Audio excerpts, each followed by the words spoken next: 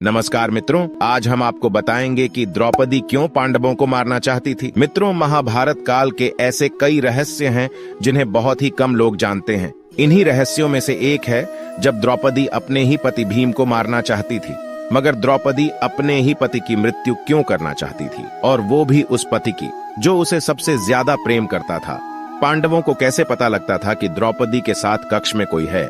दरअसल आपको बता दें, पांडवों की पत्नी द्रौपदी मां काली का रूप थी।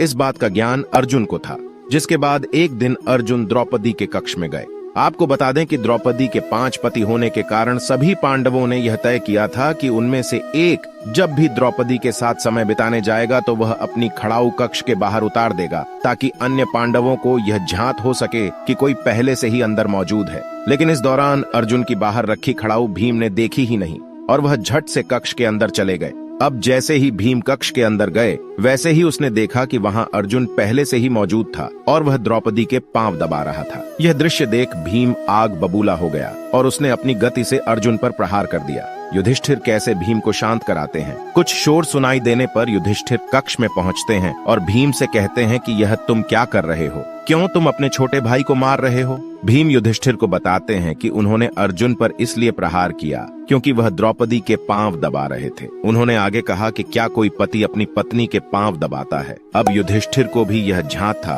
कि द्रौपदी मां काली का ही रूप है, इसलिए वह भीम को चुप कराते हुए कहते हैं कि यह अर्जुन और द्रौपदी का आपसी प्रेम है, किसी को भी इसके बीच में नहीं पड़ना चाहिए। बड़े भाई द्वारा यह बात सुनने के बाद भीम महल से बाहर चले जाते हैं, लेकिन वह अभी भी इस बात से क्रोधित थे कि अर्जुन ने ऐसा क्यों किया। अब महल में कभी वापस नहीं आना चाहते थे और सुबह से चलते चलते अब भीम को रात हो जाती है। ऐसे में भीम एक पेड़ पर आराम करते हैं। अब भीम विश्राम कर ही रहे थे कि तभी रात 12 o'clock बजे वहाँ एक व्यक्ति आता है और घास के मैदान में पानी देने लगता है। उस व्यक्ति द्वारा ऐसा करने पर भीम की नींद खुल जाती है और भीम वहीं पेड़ पर बैठे हुए ही यह नजारा देख रहे थे। धीरे धीरे वहाँ एक सभा लगने लगती है। इस सभा में भगवान शिव, ब्रह्मा जी और इंद्रदेव समेत कई देवता शामिल होते हैं और इस सभा को संबोधित कर रहे होते हैं भगवान श्री कृष्ण। तभी भीम देखते हैं कि इस सभा में द्रौपदी आती है, जिसका मुंह खून से सना होता है और साथ ही उसके एक हाथ में खप्पर और दूसरे हाथ में कटार होती है। द्रौपदी को बिना अपने पतियों के अकेले देख भीम और आग बबूला हो जाते हैं, लेकिन वह वहीं रहकर देख रहे थे।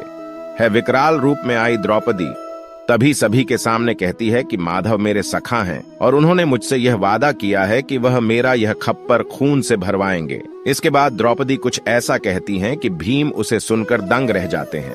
द्रौपदी कहती है कि मैं चाहती हूँ कि मेरा आधा खप्पर भीम के रक्त से भरे और आधा कुरुवंश के रक्त से। ये सुनने के बाद भीम को द्रौपदी का असल सच झांत हो जाता है।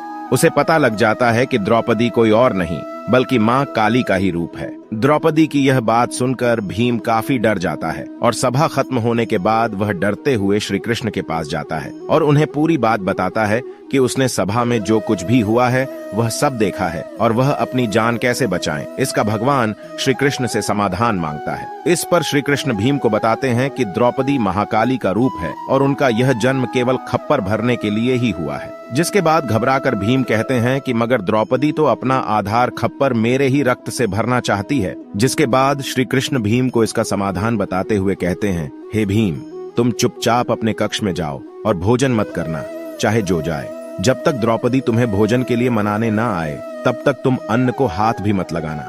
श्री कृष्ण के ऐसा कहने पर भीम बिल्कुल वैसा ही करते हैं। जिसके बाद भीम को मनाने के लिए सभी पांडव पुत्र आते हैं और उसे खाना खाने को कहते हैं, लेकिन भीम नहीं उठते। जब काफी देर तक भीम नहीं उठते तो द्रौपदी भीम को भोजन करने के लिए कहती हैं, जिस पर भीम द्रौपदी से कहते हैं कि वह केवल एक ही शर्त पर भोजन करेंगे। यदि द्रौपदी उनका मनचाहा वरदान उनको दे दे तो भीम द्वारा ऐसे कहने पर द्रौपदी राजी हो जाती हैं और भीम द्रौपदी से वरदान मांगते हैं कि हे द्रौपदी, पांडु की 5 संतानों को बख्श दो। इस पर द्रौपदी कहती है तथास्तु और इस प्रकार भीम की जान बच जाती है। मित्रों, द्रौपदी ने घटोत्कच को एक भयानक अभिशाप दिया कि उसकी उम्र कम होगी, जो कि एक क्षत्रिय के लिए भयंकर और शर्मनाक चीज थी। हिडिंबा भीम की पत्नी घटोत्कच की मां अपने आप को नियंत्रित नहीं कर पाई। जब उन्होंने द्रौपदी का अभिशाप सुना, वह द्रौपदी के पास गई और उसे एक नीच पापी औरत कहा। अपने क्रोध में हिडिंबा ने द्रौपदी के बच्चों को शाप दिया और दोनों रानियों ने लगभग पांडव वंश का नाश कर डाला।